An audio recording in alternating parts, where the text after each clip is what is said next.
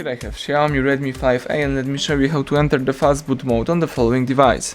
So at the very beginning, let's start by pressing the power key right here.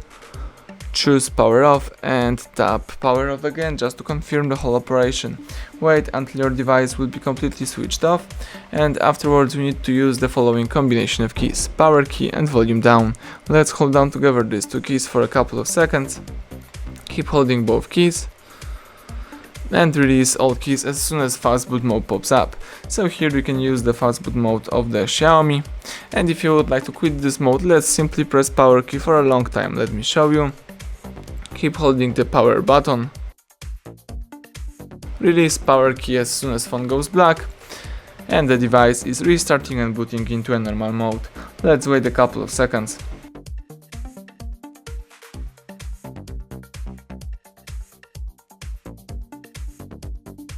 Excellent, now you can use your device in a normal way. Thank you for watching, please subscribe our channel and leave thumbs up under the video.